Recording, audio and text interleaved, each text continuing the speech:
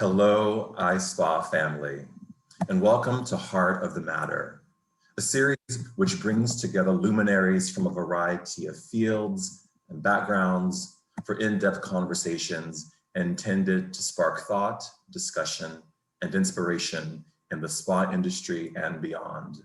I'm Patrick Huey, your iSpa board chairman, and this will be a space where we can talk freely about big ideas and issues that matter to us not only as spa professionals, but also as human beings.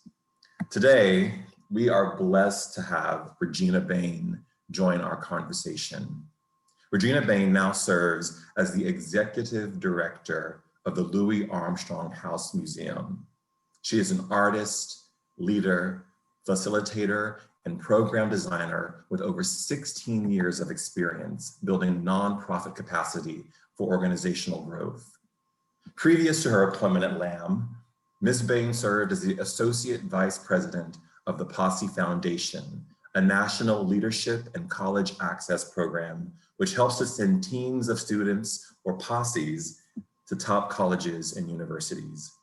At Posse, Ms. Bain helped to onboard and provide oversight for executive directors in Posse's 13 site offices, and she helped to double Posse's STEM initiative. Ms. Bain's efforts helped to increase Posse's national student graduation rates for 4 consecutive years. Ms. Bain is committed to social justice. She facilitates and trains others to facilitate conversations on social identity, leadership, and group dynamics. She is currently the co-chair of Culture Act 3's Anti-Racism Subcommittee. Bain serves on the National Advisory Council of Urban Bushwomen, a dance company that galvanizes artists, activists, and audiences through performances, artist development, and community development. She produces the Drama podcast, leads the Yale Black Alumni Association, and serves on the Yale Board of Governors. Ms. Bain earned her BA in African American Studies and Theater from Yale University and her Master of Fine Arts from the Yale School of Drama. As part of the Louis Armstrong House Museum, Bain looks forward to joining a team that has fiercely shepherded and shared the story of Louis Armstrong for decades. The new Louis Armstrong Center will provide the space needed to expand his legacy of excellence in art, education, and community. Wow. Regina. Regina, let me tell you, if ever there was a time that we needed to hear your voice, it's today, you know. We're in a crisis. We're in need of inspiration, hope, and really what I view as a redefinition and an expansion of what community, what that really means today. And I don't recall a time when we have been so torn apart as a country, so divided. And I think about the work that you do at Posse, that you did at Posse, and that you're doing at LAHM. And your work has always been about building bridges. Yes. And bringing people together. Yes. And you know, we have an upcoming issue of our iSpa magazine called Pulse, which I write a letter for, a chairman's letter every month for. And the one that's coming up, I reference Abraham Lincoln when he talks about the mystic chords of memory that will swell when again touched by the better angels of our nature. The mystic chords of memory. The mystic chords of memory that will be touched again, as surely they will be, by the better angels of our nature. And I call on our industry to really be the space that can heal a broken world, right? Because I believe that when a person walks into a spa, we don't ask them who they voted for, where they went to church, you know, who they love. We say, what can we do for you today? And that is a way to really build community. And I think in your work, that's what you do. To talk to you today about that work of community and how we as an industry can expand who's included in that community. Yes. So to start, yes. Welcome to iSpa. Thank you. Hi, Spa. We're so happy you're here. But can you talk to us, Regina, about art and music as a means of healing and restoration and community building? Yes. Well, if there was ever a time to recognize fully the place of art and music in our humanity and in wellness, what it means to be healthy and well, it's now. Because as we are distanced, as we are in these separate spaces and can't connect physically with touch or in the same way, we're still seeking to connect with one another and seeking expansive, vulnerable experiences. And art gives us that. It gives us a moment of expansive vulnerability, joy, grief, in a way that is collective and in a way that allows people to be seen. It's incredibly important. It's something to gather around. It's a fire to gather around when we gather to watch dance, when we gather to sing or watch someone sing. It's that coming together around the fire to say we're in this together and we see beauty even when it's hard. That's what art gives us. That's how art heals. That's how I think art heals. And so that's what everyone has been doing. They've been in their home, they've been on their screens, they've been trying to find the fire out there. And when they find it, they stop and they gather. And the art community is trying to create it and to share it. It's challenging because the artistic community is in need of healing right now as they struggle being out of work, being away from their home, their artistic homes. They are in need of healing as well as they create, but they're committed. We are committed to creating. You just used the word vulnerability, and I think that ability to be vulnerable is where expansion can happen. Yes. And having the courage to be vulnerable is where expansion can happen. Can you talk about that a little deeper? Yes. So at the Louis Armstrong House Museum, we're doing this program called Armstrong Now. It's where we invite contemporary artists to come to do research in the museum, which is Louis and Lucille's home, in our archives that are digitized, to respond and create new work. One of the artists, Kayla Farish, a dancer, a mover, an artist, created a piece where she is laughing and smiling in the way that Louis Armstrong is known to laugh and smile and give joy. And projected onto her white dress is her weeping. And it reflects a story, her own personal story of being challenged as an individual artist in this landscape that we're in, being out of work, being out of sorts, and creating through that. And acknowledging that even when we're smiling, there could be something underneath it, and showing both of those things to us. It was absolutely incredible. And that's the type of work that artists are doing. It's the type of work that artists are doing when they join in community collectively to take to the streets and bring their art to protests. They are creating through music, through sound, through protest signs, through their marching, these vulnerable artistic presentations. And all vulnerability comes with risk, sometimes comes with harm, and has to be healed. And so that's part of what I think is so important for these artists, these activists, these community makers, is to engage with the practice of healing at the same time that they're engaging with the practice of creating and protest in community. They have to go hand in hand. You know, I never thought about it, that we exist on parallel tracks, but the same goal is healing the world through music or dance, and then healing the world through the physical touch of another person, another human being, interacting with you in that vulnerable space. And you know, one thing that we're hearing as we reopen our spas is that people come into the room and they weep. Yes. The first time a therapist puts their hands on them, yes, they weep. they haven't been touched. Hmm. They haven't been touched. And it's a beautiful thing to be physically touched. And then the care that represents, because you're not only being physically touched, you are being seen, and you are being emotionally touched.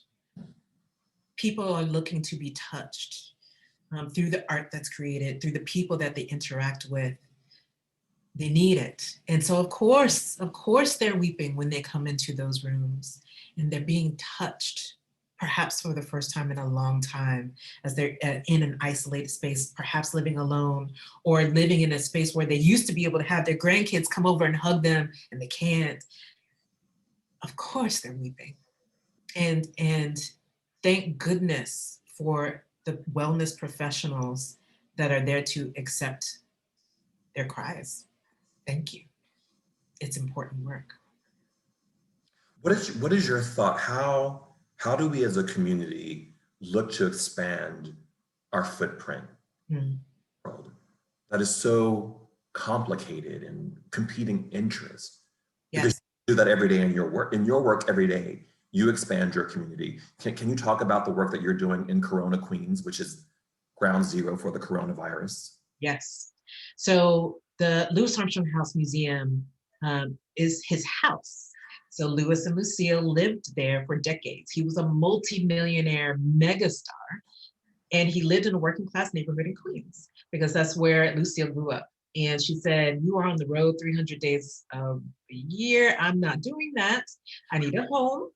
And so when you come back from the road, come to this address. This is where we live now. And so they made a home there. And it was a working class, racially diverse neighborhood, and they got to know their neighbors. And that was incredibly important to them. And it's incredibly important to us as we continue the legacy of Louis Armstrong. So we don't just want to tell his story, we want to live his values. And that means investing in cultivating community. So we are constructing a new building across the street from the historic home. It's state of the art. It's absolutely amazing. It has to be programmed in a way that is respectful of and inviting to community. And so what that means is listening. So one of the things I've been doing is going into the community and virtually, and getting meetings with community members to say, what do you need? We have a new building going up. What does this community need? And if we did something around thinking about home ownership, Louis and Lucille, two artists, they owned a home, and thinking about home ownership for this working class neighborhood and how that connects to wealth creation, would that be helpful to your community, to this community that I'm entering into, but I haven't been a part of? Urban Bushwomen, the dance collective, does a workshop called Entering, Building, and Exiting Community. And it's about how we as professionals, as artists, whoever we are, we're coming into a community, we have to do it thoughtfully and deliberately, and to enter to build with, and then eventually exit from community and let the community members have what you've built. And so I'm doing that. I'm trying to do that with the Louis Armstrong House Museum in this new space that we have going up, is to enter thoughtfully, to build with and alongside, and then we'll see how we give that away and let the people of the community be in our house in this new building. So I think it's important to build with and not tell a community your ideas without saying, what do you think? Does this actually work for you? That's really profound. You know, I think as we were engaged in this work, and it's happening very organically within the spa industry, we want people to come into us. We want people to come to us. We want to heal people. I think the idea of listening and the idea of understanding is critical. Understanding what the need is, I think, so that we understand how to fit into that need. And it's really important now for us, Regina, because so much of our business is built on people traveling. And now that now they're not traveling. And so it kind of makes us turn our gaze even more steadily into those people who are right next door. Right next door. Yes. Maybe we have a passing hello with, but maybe we don't have a real understanding of what do you need from me as your neighbor, as your community partner, as your cohort, you know? And to convene them, to talk to them, to ask them, what do you need? What is going on in your world? And what do you need is so incredibly important. What I have been nourished by are maybe non-traditional things, ways of thinking about wellness, but that have been incredibly important to who I am and that have been inviting to me. So there is something called the NAP ministry. And it is it's an Instagram account, there's a website, but basically their message is, you're working too hard, you need to rest, take a nap. You are a leader, you're working too hard, take a nap.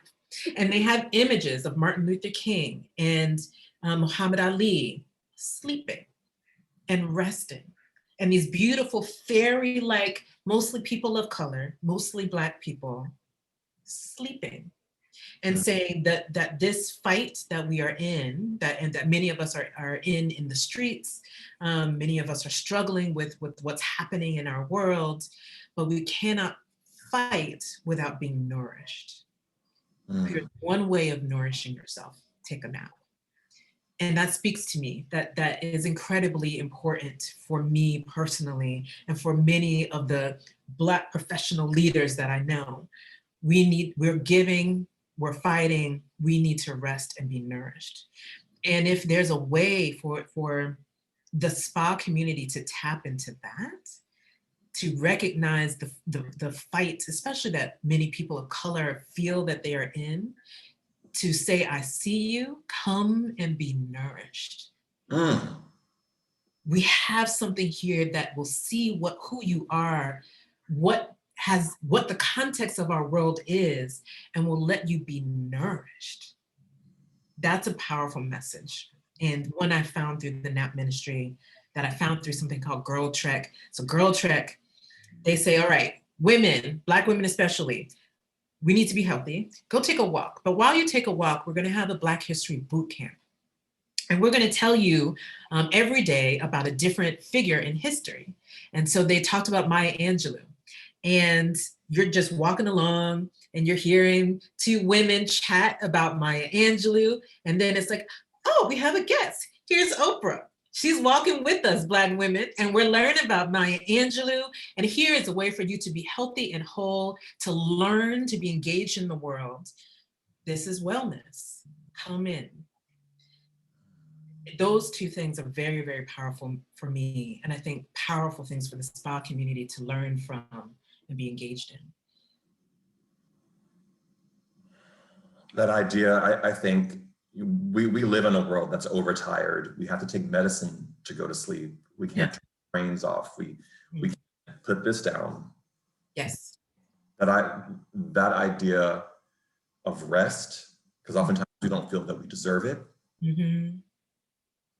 is crucial to healing. Can you, Regina, historicize this moment that we're in?